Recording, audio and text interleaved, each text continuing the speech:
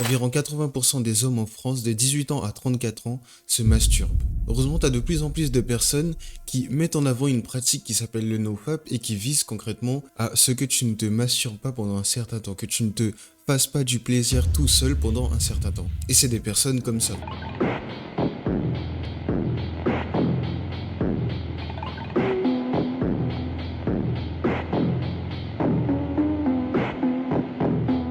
Mais le truc, c'est que ces personnes ne présentent que le sommet de l'iceberg. Concrètement, si je devais mettre ça en situation, tu découvres le nofap, tu découvres justement cette pratique et t'es intéressé parce que concrètement, tu passes une vie que tu ne kiffes pas forcément. La plupart du temps, du coup, tu te masturbes, tu joues à des jeux vidéo et tu n'aimes pas concrètement ta vie. Tu as une pauvre estime de toi-même et tu n'es même pas capable de te regarder en face du miroir. Et donc quand tu entends parler de cette pratique, justement, t'es intéressé par cette pratique qui promet une meilleure testostérone, une meilleure concentration, l'attention des femmes, une meilleure confiance en soi. Elle te promet que de bonnes choses. Elle te promet tout un tas de bonnes choses. Donc tu testes parce que tu en as marre de rester tout le temps tout seul à regarder des femmes se faire trancher par d'autres mecs. Et le truc, c'est que petit à petit, quand tu t'y mets dedans, un jour, 2 jours, tu vas résister, tu vas pas tomber sous la tentation, mais au bout d'un moment, tu échoues et tu finis par reprendre tes mauvaises habitudes. Ensuite, tu réessayes, tu tiens encore une fois 2 jours, 3 jours, 4 jours peut-être, et tu rééchoues encore de nouveau. Parce que tu as vu une meuf sur Instagram, parce que tu as entendu la voix d'une meuf qui pourrait paraître assez érotique. Et donc tu réessayes encore et encore, tu réessayes encore et encore et encore. Et le truc, c'est que petit à petit, tu perds espoir. Parce que le truc, c'est que contrairement aux personnes qui se masturbent tout simplement et qui ensuite regrettent, toi tu essayes d'arrêter, mais tu retombes encore et encore dedans.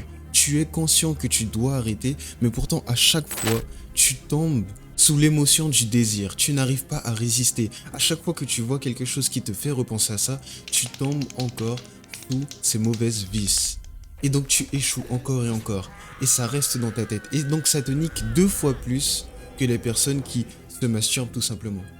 Mais le truc, c'est que comment ces personnes dans le top 1% font? Comment eux, ils ont fait concrètement pour arrêter?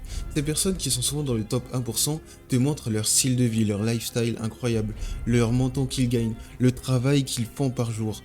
Ils font tous toutes ces choses par jour qui font qu'ils n'ont jamais le temps de penser à ça. Leur objectif, leur mode de vie ne sont pas centrés autour de ça. C'est peut-être centré autour des femmes, certes, mais c'est pas centré autour du fait de constamment avoir des plaisirs sexuels. C'est pas tourné que autour de ça. Et donc ces personnes mènent toute une vie, tout un lifestyle qui est totalement différent du tien.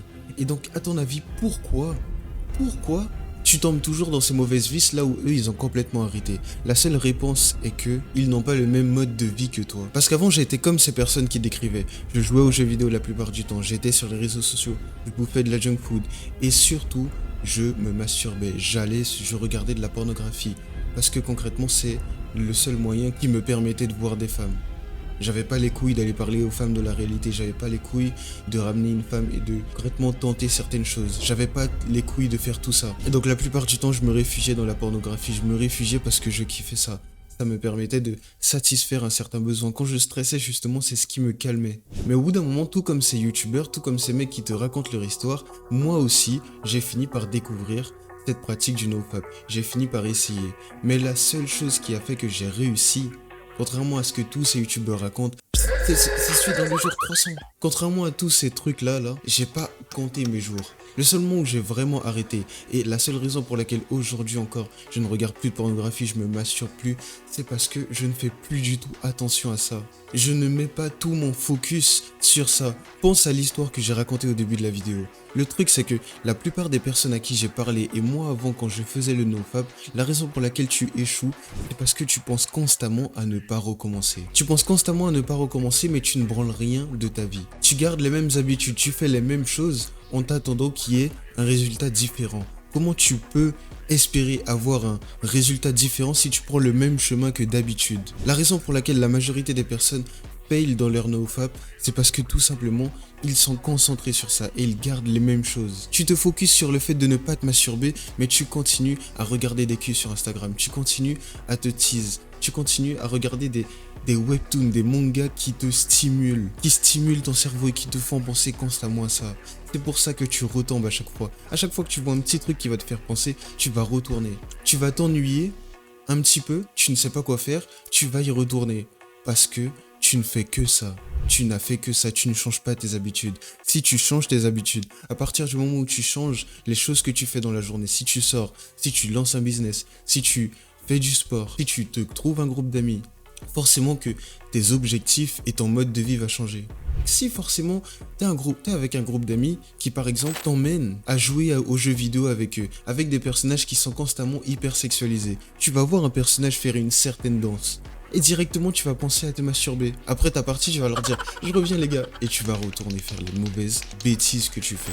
C'est pour ça que la majorité des personnes qui tentent le nofap au final ne réussissent jamais. Et tombent dans cette mauvaise vice et détestent leur vie 2 fois plus que les simples personnes qui se masturbent. Parce que là où certaines personnes n'ont pas d'objectif, toi tu as un objectif et en à peine 3 jours ou même moins, tu retombes encore et encore parce que tu es obsédé à arrêter. Au lieu de tout simplement essayer de changer ton identité, au lieu d'essayer de changer ta mentalité, tes objectifs, tes habitudes. Donc change tes habitudes, fais autre chose que ce que tu fais d'habitude. Tout ce qui amène une pensée sexuelle, tout ce qui t'amène à penser quelque chose de sexuel, d'érotique, éloigne ça. Tu es accro et pourtant tu continues à regarder les choses qui font que tu penses à ça. Éloigne-toi de ça.